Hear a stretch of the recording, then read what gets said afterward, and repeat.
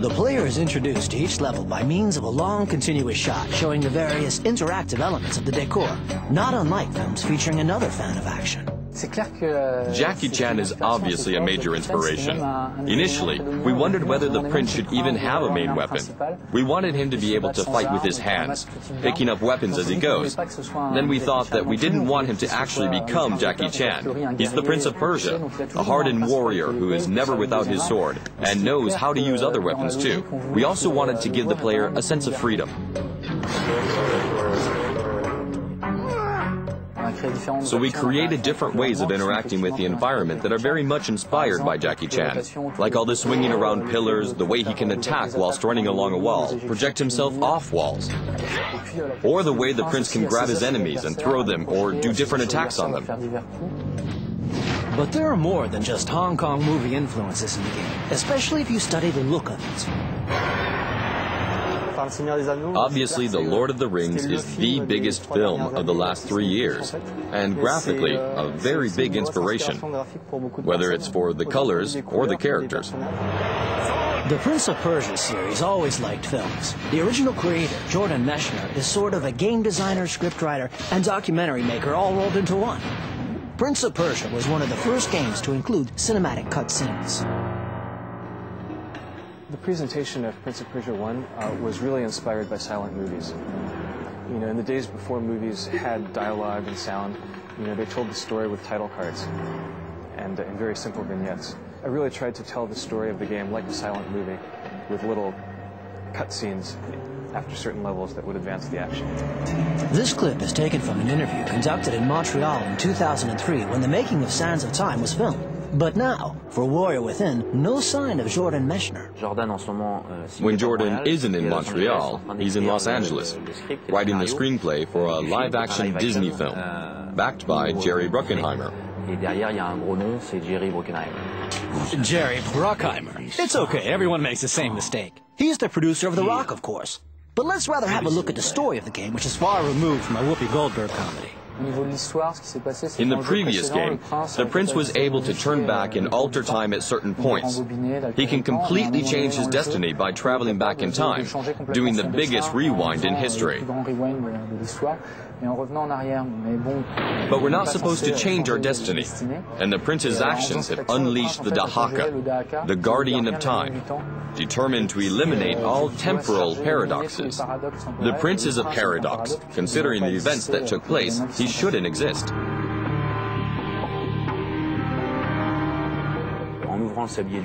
By opening the Sands of Time, he has corrupted the timeline and must die.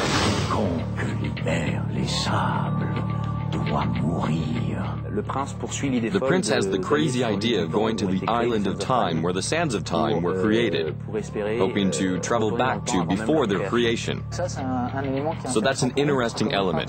The prince travels back in time, and that allows us to flesh out the unexplained mythology from the Sands of Time, like the creation of the sands, where they come from, why, how, etc. It complements and completes the first game. To put up with a character that's cursed, hunted, let's face it, he's doomed. The game had to look right, too. Judge for yourself what he's done.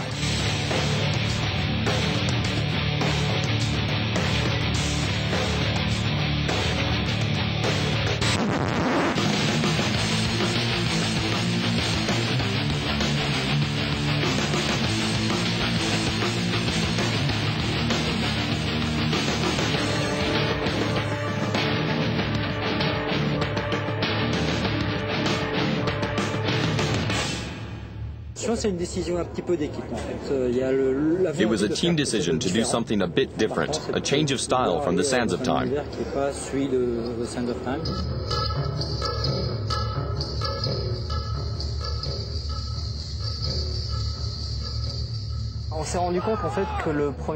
We realized that the initial character was too Arabian Nights, too nice actually. So we really wanted a marked difference this time. We'd all worked on the first game. We didn't want to do the same thing twice. So we said, let's do a real sequel, part 2, not part 1.5. But how? So we asked ourselves, what's happened to him since last time? Look at the story from the character's point of view. He has, after all, made a monumental blunder. When he opens the Sands of Time, everyone he holds dear dies under his eyes. He manages to more or less repair things in the end. But it doesn't end there. That's why it's an interesting license. With each new game, we add a little more to the saga. To be honest, though, by the end of the Prince of Persia Sands of Time project, we didn't know that Prince of Persia Warrior Within would continue the story. So, the new prince's look went through a few changes, and a few hybrid princes were tried out. Let's have a look at a few of them.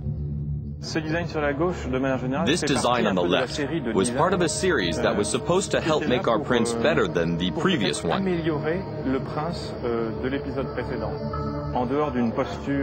Apart from his really determined-looking posture, and the fact that he's bigger, more muscled,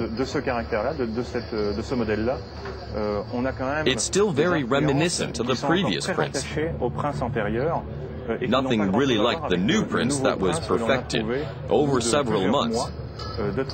The evolution of the character came slowly, and this sort of design made us realize that we had to take things a lot farther. The development stage of the character is what filmmakers call pre-production. It went pretty quickly on Warrior Within, as the whole game took just a year to develop, even if many different ideas were tried out. It's as diverse as other games, which are a lot more open, with you roaming freely in the deserts on horseback, and objectives that are less clear. Rather than finding yourself in a strange world after having died, a bit more mystic than visiting the 7 wonders of the world or finding the elements of time hidden in different parts of a garden. But we knew that we'd left ourselves some possibilities open with the final majestic twist of the Sands of Time. We could come back to the story and use it to continue developing a very particular side of the character. Darker, more mature, more determined. And to get a result like this, the Ubisoft Montreal team looked to the movie world again.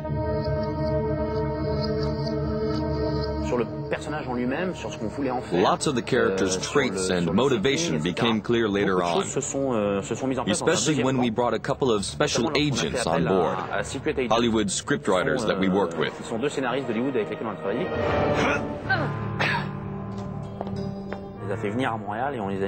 We flew them into Montreal, put them in with the production and creative teams, and one of them, Corey, stayed on a really long time, working with the teams on the story, working with the level designers, adjusting the character's profile, changing the dialogues, etc.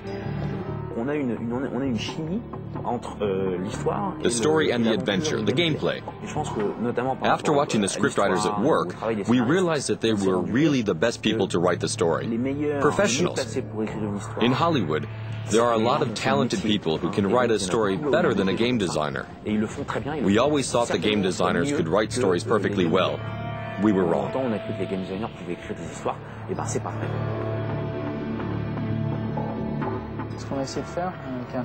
It's interesting what we try to do with the writers, working on an emotional curve that has an impact on the game scenario and the gameplay, but also making sure that the player's actions are respected. We tried to create moments of suspense, dramatic moments.